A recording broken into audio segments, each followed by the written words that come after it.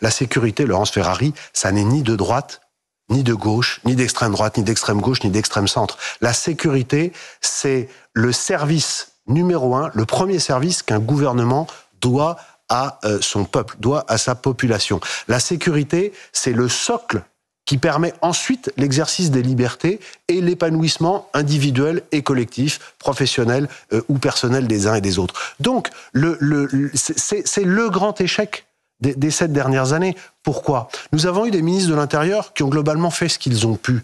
Mais nous avions une politique globale, nous avions une impulsion à la tête de l'État qui était donnée par quelqu'un qui n'a pas cette culture, qui n'a pas cette colonne vertébrale, cette compréhension de l'importance fondamentale des questions régaliennes. Et c'est très intéressant parce que depuis 2 ou 3 jours, des ministres ou d'anciens ministres de la Macronie le disent. Nous aurions dû, quel dommage que, peut-être aurions-nous dû, etc.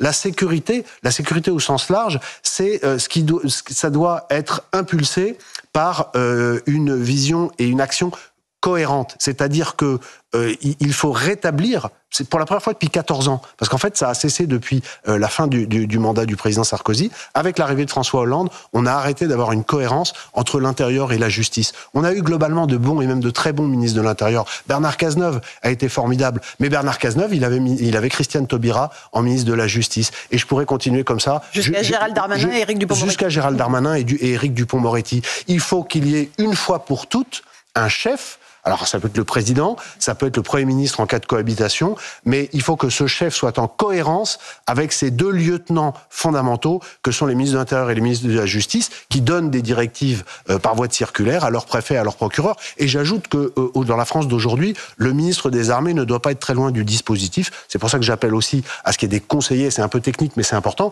à ce qu'il y ait officiellement des conseillers police et gendarmerie auprès du ministre des Armées et un conseiller militaire auprès du ministre de l'Intérieur. Tout ça, ça doit travailler en harmonie et tirer ou pousser dans la même direction.